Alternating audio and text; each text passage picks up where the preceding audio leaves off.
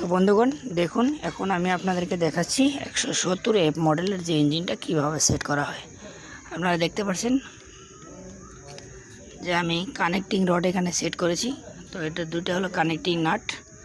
তো connecting nut আমি একটু আপনাদেরকে আগে দেখিয়ে নিই, তারপরে বলতেছি, কারণ যেহেতু এখানে লাইটের প্রবলেম আছে। আপনারা এই যে পাতিটা দেখলেন,